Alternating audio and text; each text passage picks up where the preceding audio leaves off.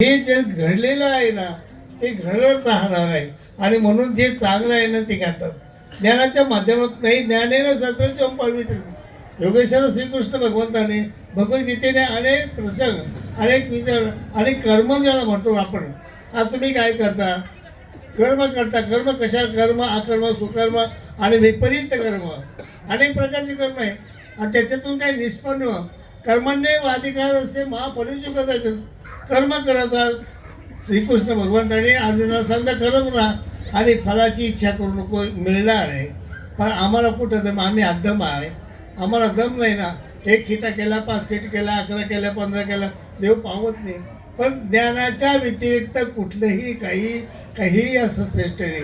आणि म्हणून ज्ञान जर असेल ना तर त्याची स्थिरता राहते, दृढता राहते, आत्मविश्वास राहते. आणि म्हणून ज्यांनी ज्ञानाच्या संदर्भातून आत्मप्रतीती आहे, गुरुप्रतीती आहे, शास्त्रप्रतीती आहे, अनंत परमेश्वर. कारण मानवापंथामध्ये बघा या पंचावतारामध्ये अनेक सत्य अनेक वेळा सांगितलेला आहे, प्रसंगावर सांगितलेला आहे. आणि म्हणून आत्मप्रतीती अनुभव हा पंथ आत्मप्रतीतीचा आहे. स्वामींनी सांग आत्मप्रतीती गुरुप्रतीती. गुरुने आपल्याला खरंच त्या तत्वज्ञानाच्या ग्रंथातून जायला मग ग्रंथ प्रतीती आपण शोधाशोध करतो. जर तो त्याला जर त्याच्या ह्याच्यामध्ये असला तर तो त्याचा शोध करतो, पाहतो. आणि मग ग्रंथांचा आपण काय प्रथमतः अवताराचा कोणता? भगवद्गीता. आता ही जगन्मान्य भगवद्गीता आहे. आपणच काय भगवद्गीता आपल्याला एक अध्याय पाठ केला, 15 अध्याय पाठ केला, अमकं केलं तमकं केलं. पहिले तर जगामध्ये बघा तुम्ही भगवद्गीतेला डोक्यावरून नाचणारे लोक आहे. आपण तर लाजतोय नाचायला, नाही का? नाचणं म्हणजे आनंद व्यक्त करणं. त्याला या जगामध्ये म्हणून जगन्नेता ह्या अवताराला मानलेलं आहे. आता आज बघा तुम्ही श्री दत्तात्रय प्रभू सुद्धा जगन्नेता अवतार आहे. दत्तात्रय प्रभूला अनेक पंथ अनेक धर्म जाणतात. अनेक पंथ दत्तात्रय प्रभूच्या अनेक अवताराच्या संदर्भातून काय करतात? मानतात आणि ते प्रसन्नता ती कृपाशक्ती मानून घेतात. अशा पद्धतीने आत्मप्रतीती, गुरुप्रतीती, शास्त्रप्रतीती आणि परमेश्वराची ते त्या टायमाला परमेश्वर म्हणून अंधारातून प्रकाशाकडे ज्याला शब्द वापरलेला आहे. आपण अज्ञान आहोत, आपल्याला प्रकाश ज्ञानाकडे जायचं आहे. मग ज्ञान ज्योत कोणती? ज्ञान हा तिसरा डोळा म्हटलेला आहे. ज्ञानाशिवाय कुठलाही काही नाही. अंधारामध्ये चाटपडत फिरतो आहे हा अज्ञान आहे. हे संपूर्ण सर्व जीवाकरता परमेश्वराने अवतार ह्याच्यात करता घेतलेला आहे. आता अर्जुनाला अज्ञान निर्माण झालं. अज्ञान येणं उत्तम ज्ञान त्यानं होईल. अज्ञान निर्माण झालं पण ज्ञान ज्या टायमाला त्याला झालं त्या टायमाला काय म्हणतात ते आता तू ज्ञानी आला त्याचे तथा करू म्हटलेलं. आता तू ज्ञानी, तुला जाईल तेवढं कर. तो जर संन्यास घ्यायला सुद्धा तयार झालो. शेवटी त्या पद्धतीने जर आपण जर विचार केला तर ज्ञान वजवय पूज्य म्हटलेले. ज्ञान सतत ज्ञान सर्वत्र पूज्यते आणि गुरु ते होते. अशा पद्धतीने तर राजा जो आहे ना तो फक्त आपल्या राज्यापुरता. बघा ते एक उदाहरण सांगितलं नाही. सरपंच आपल्या गावापुरता आहे नाही, पंचायत समिती असतो आपल्या तालुक्यापुरता आहे, महाराष्ट्रापुरता मंत्री आहे. अशा पद्धतीने जगामध्ये हे जगन्नेता ईश्वरी अवतार आहे. यांनी आपल्या जीवाकरता आपल्या उद्धरणाचा मार्ग जो सांगितला आहे ते तत्त्वज्ञान सांगितलेले आहे. त्या तत्त्वज्ञानाच्या अनुषंगाने मैं अंश जुळो की जीवभूत सर्व मी अंश म्हणजे अंशुपाने मनुष्य ज्या टायमाला एक आत्मविश्वास पाहतो आणि त्या मार्गाला लागतो. हे उदाहरण सांगत असताना ते सर्वज्ञ चक्र स्वामीने दत्तात्रय प्रभूने सांगितलेले. आता 40 गुरुचे 24 गुरुचं वर्णन करताना काय म्हटलं? दत्तात्रय प्रभूने 24 गुरु केले नव्हे तर त्यातले अनुभव सांगितलेले. त्यांना गुरु करण्याची काय गरज होती? दत्तात्रय प्रभू गुरु करण्याची काय तर त्यांनी त्याचा अनुभव घेतला. आणि नंतर आपण म्हणतो ना अनुभव घ्यायचे नंतर अनुभव व्हायचे. अनुग्रह घेतल्याशिवाय म्हणजे अनुभव घेतल्याशिवाय तो अनुग्रह घेत नाही. म्हणजे अनुग्रह म्हणजे उपदेश त्याला म्हणतो. उपदेश जसा असा आहे ना वरतून असलेला तो ज्ञान ते जे मिळाल्याशिवाय आपल्याला मिळत नाही. अशा पद्धतीने आज संपूर्ण आपल्या गावापासून तर अनेक हजारो नाही संपूर्ण देशामध्ये जगामध्ये आज श्रीकृष्णाचा जन्मोत्सव आणि दत्तात्रयाचे जन्मोत्सवमध्ये ते अवतार दिन झालं होतं. अवतार म्हणजे अवतारित झालेले, जयंती म्हणजे जन्मलेले. अशा पद्धतीने संपूर्ण जगामध्ये हे सर्व चाललेले आहे. हे कशाकरता चाललेलं आहे? लिलाव सांगताना मग सांगितलेलं तर बाईनं सांगितलं, चांदोरीच्या ताईनं काय सांगितलं का त्यांच्या पद्धतीने ते त्या पद्धतीने ते करत होते. अमक्या ठिकाणी भिक्षा मागायची, भोजन करायचे. मित्र म्हणजे परमेश्वर आपलं ऐकतात. हे त्याचा उद्देश असा आहे सांगण्याचा का काशीचं स्नान केलं नाही का मित्रांमध्ये माहूरगडला निघा आणि निरोपण करण्यासाठी बद्रिकाश्रम अशा पद्धतीची जी रोजची दिनक्रमा त्या ईश्वराची असायची.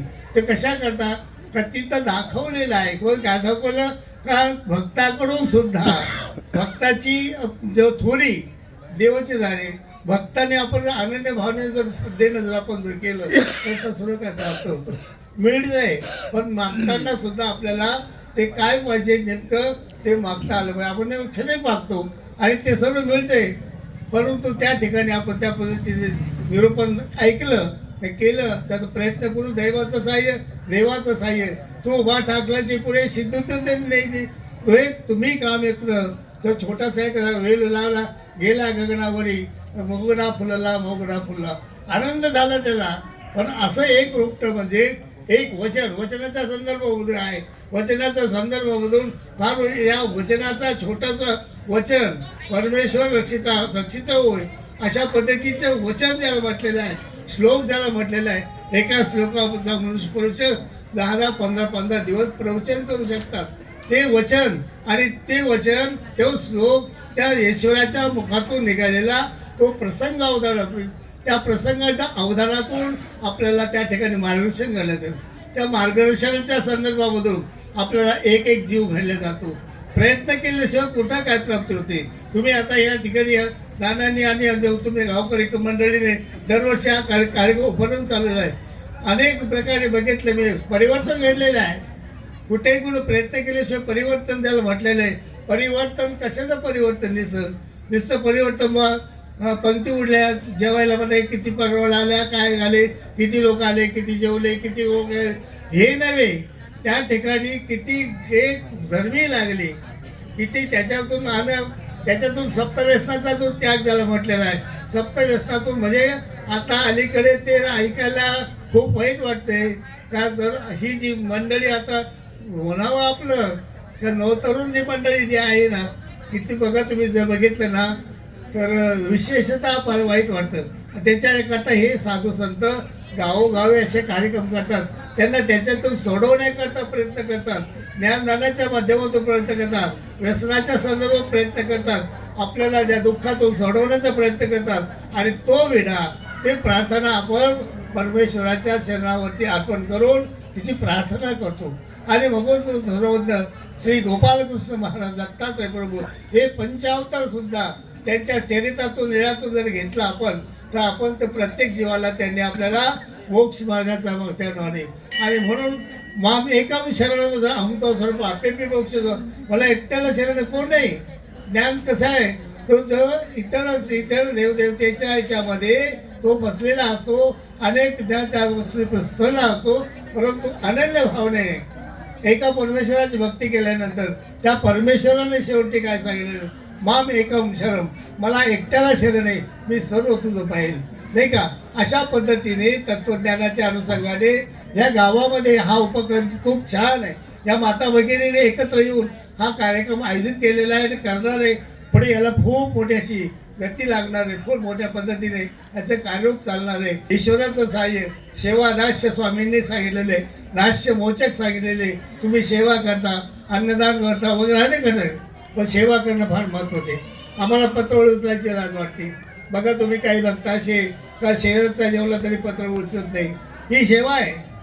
राजूसी यज्ञामध्ये बघायचं उभे राजूसी यज्ञामध्ये बघायचा कोणी प्रसंग काढला. राजूसी यज्ञामध्ये सांगितलं तुम्हाला दुर्योधन इतका वाईट होता फक्त आपल्याला दुर्योधन दिसतो नाही का. आणि मग त्याच्या मग त्या राजूसी यज्ञामध्ये करत असताना जी सेवा होती तर फक्त दुर्योधनाच्या दाही उचावरती शंख चक्र गदा आणि मग त्यांना तो व्यापार दिला म्हणजे काम दिलं. काय म्हणे जेवढे साधू संत वगैरे येतील त्यांना तू दान धर्म जे काय जे असेल सोन्याच्या मोहराचा गंध ठेवला आणि त्याला ते बसवलं ती आज्ञा दिली. बाकीचे चर्चा करू लागले, दुर्योधन इतका वाईट, इतका